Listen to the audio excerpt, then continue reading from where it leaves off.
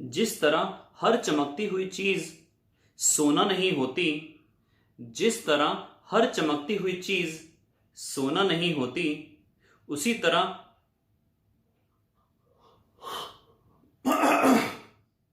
हर छींक कोरोना नहीं होती।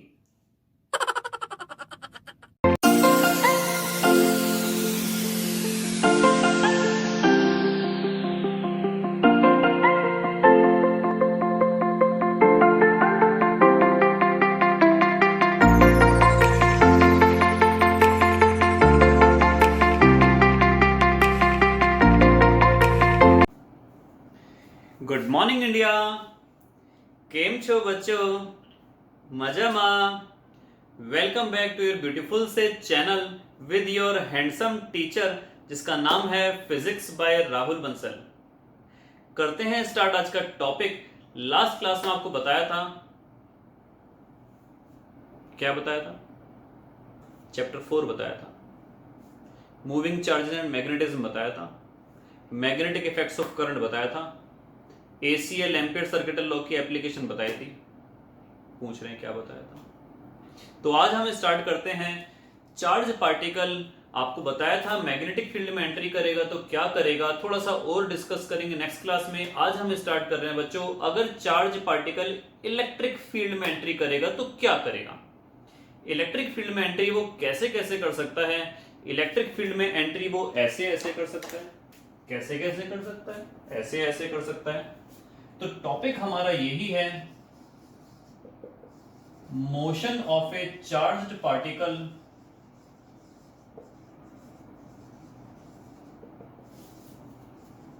इन a uniform, motion of A charged particle in a uniform electric field, motion of A charged particle in a uniform electric field. आइए देखते हैं बच्चों। Suppose कर लो सपोज ये आपके पास नेगेटिव प्लेट है और ये आपके पास पॉजिटिव प्लेट है। तो इलेक्ट्रिक फील्ड बच्चों कैसी होगी? ऐसी होगी, ऐसी होगी, ऐसी होगी, ऐसी होगी, ऐसी होगी, ऐसी। ओके, अगर मैंने इलेक्ट्रॉन या प्रोटॉन कोई सा भी चार्ज पार्टिकल ले लो, कोई फर्क नहीं पड़ता, बस जस्ट कैलकुलेशन या ऑब्जर्वेशन अपोजिट हो जाएंगी।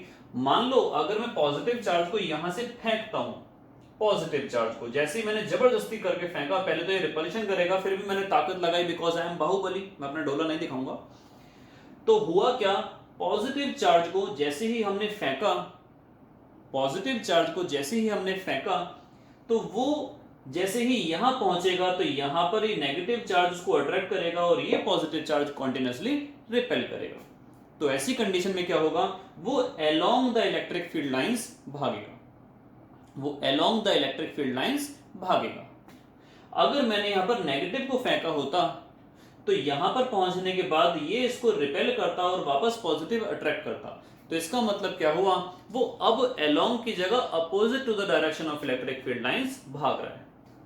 पहले वाले में वो उसी डायरेक्शन में भागा तो वेलोसिटी ऑफ और इलेक्ट्रिक फील्ड के बीच का डायरेक्शन कितना आया, एंगल कितना आया, 0। इस बार कितना आया, 180 डिग्री। अगर मैं पॉजिटिव चार्ज को यहां पर से फेंकने के बजाय पॉजिटिव चार्ज को यहां से फेंकूं, तो जैसे ही वो यहां पर पहुंचेगा ये पॉजिटिव चार्ज रिपेल करेगा, ये नेगेटिव चार्ज अट्रैक्ट करेगा, तो अलोंग द लाइंस। अगर मैं यहां से नेगेटिव चार्ज को फेंकूं तो नेगेटिव चार्ज क्या करेगा, जैसे ही यहां पर पहुंचेगा ये इसको रिपेल करेगा और ये इसको अट्रैक्ट करेगा, opposite to the direction of electric field lines. तो क्या समझे भैया कि नेगेटिव चार्ज जो है वो हमेशा इलेक्ट्रिक फील्ड लाइंस के अपोजिट मूव करेगा और पॉजिटिव चार्ज जो है वो कैसे मूव करेगा, along the direction of electric field lines. इसको हम नोट डाउन कर लेते हैं। पॉजिटिव चार्ज को अगर यहां से फेंका तो भी वो ऊपर की तरफ गया, यहां से फेंका तो भी वो ऊपर की तरफ गया। तो इसका मतलब क्या, वो positive charge moves along the direction of field lines। उसी तरीके से बात करें नेगेटिव चार्ज, नेगेटिव को फेंका तो वापस अट्रैक्ट हो गया, नेगेटिव को फेंका तो नीचे आ गया।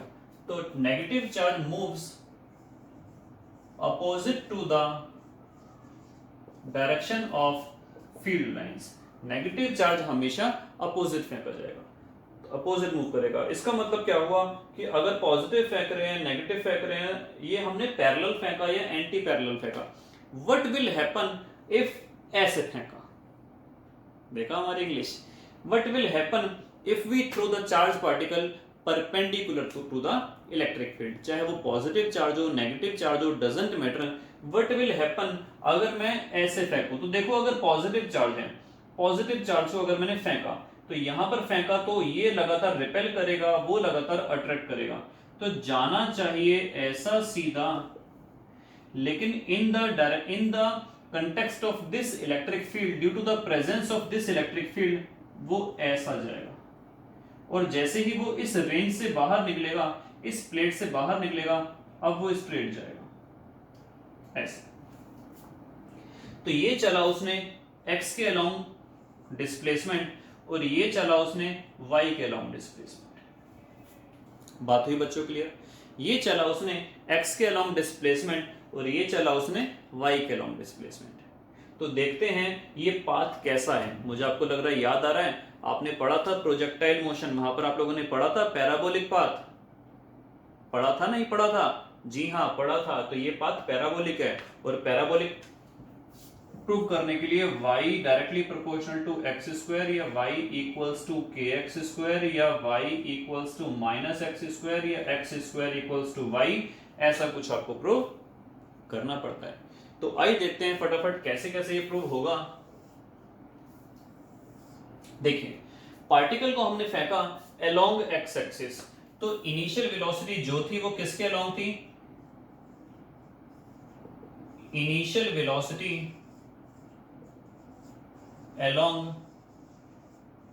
एक्स एक्सिस कितनी हो गई? सपोज करो v हो गई। Initial velocity along y axis ये कितनी है? 0 है। फोर्स किस डायरेक्शन में लग रही है? फोर्स तो बच्चों इस डायरेक्शन में लग रही है ना, पॉजिटिव वाला धक्का दे रहा है, नेगेटिव वाला खींच रहा है, फोर्स लग रही है इस डायरेक्शन के अंदर। तो फोर्स जिस डायरेक्शन में लगेगी हम बोलेंगे एक्सीलरेशन भी उसी डायरेक्शन में है, तो acceleration along x axis, x axis के along acceleration कितनी है? There is no force in this direction, तो हम बोलेंगे 0 degree. and acceleration along y axis, acceleration का फॉर्मूला होता है force by mass, acceleration का फॉर्मूला होता है force by mass। तो हम यहाँ पर acceleration लिख देते हैं साथ में, लेकिन acceleration का फॉर्मूला हो गया force by mass और force का फॉर्मूला होता है q into e। जो चार्ज हम फेंकेंगे उसकी चार्ज की वैल्यू हमें पता होगी, इलेक्ट्रिक फील्ड हमें पता है और उस चार्ज का मास हमें पता है। तो फोर्स हमारे पास आ गया Q इंटू ई अपॉन में m। Is it clear? Start करते हैं। अब यहां पर किस किस तरीके से मोशन हुआ x के अलोंग और y के अलोंग। तो देखिए मोशन अलोंग एक्स एक्सिस, आपको पता है s equals to u t plus half a t square. s की जगह हमने ले लिया x, ये हो गया you t plus half a t square x।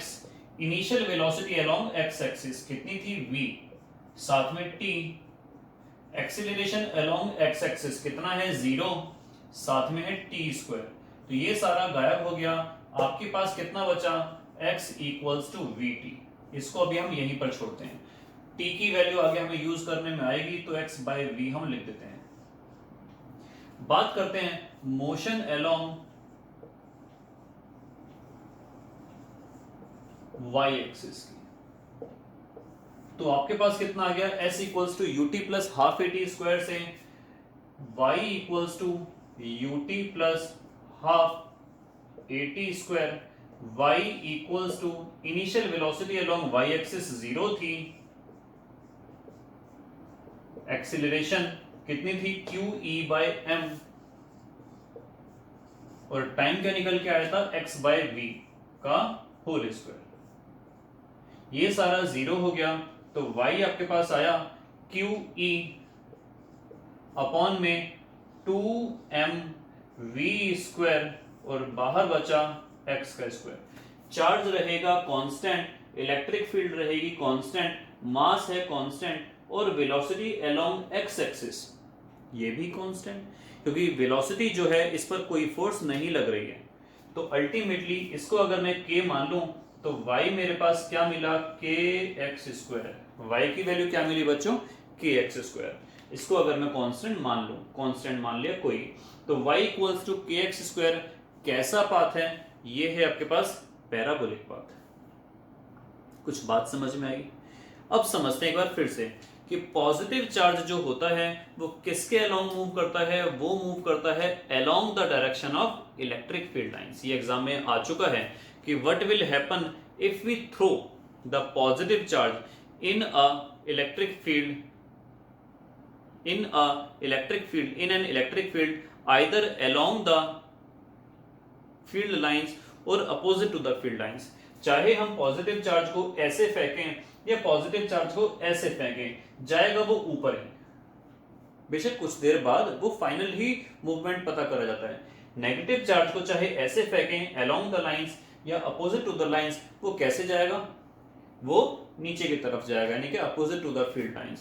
बात करते हैं अगर हम परपेंडिकुलर फेंक रहे हैं या किसी एंगल पर फेंक रहे हैं, अगर मैंने इसको ऐसे ना फेंककर थोड़ा सा ऐसे फेंका होता तो ये थोड़ा ज्यादा मूव करता, लेकिन अल्टीमेटली जाता ये अब भी पैराबोलिक है। तो ये थी आज की क्लास आपकी, जिसमें हमने सीखा कि what happens to the charge particle, what is the motion, what is the trajectory, trajectory बोलते हैं पाथ ट्रेस्ड को, what is the trajectory traced by the charge particle if we throw them into an electric field. Next class के अंदर पढ़ेंगे अगर magnetic field में move करें तो क्या होगा, और उसके बाद हमारा स्टार्ट होगा साइक्लोट्रॉन। आपको बता दूं इस साल साइक्लोट्रॉन कट हो चुका है, लेकिन आपको मैं फिर भी पढ़ा रहा हूं क्योंकि ये तो क्लासेस हर साल के लिए काम में आएंगी, तो आगे आने वाले बच्चों के लिए डेफिनेटली काम में आएंगी। तो पढ़ते रहिए, स्वस्थ रहिए, जबरदस्त रहिए। Till then, good bye.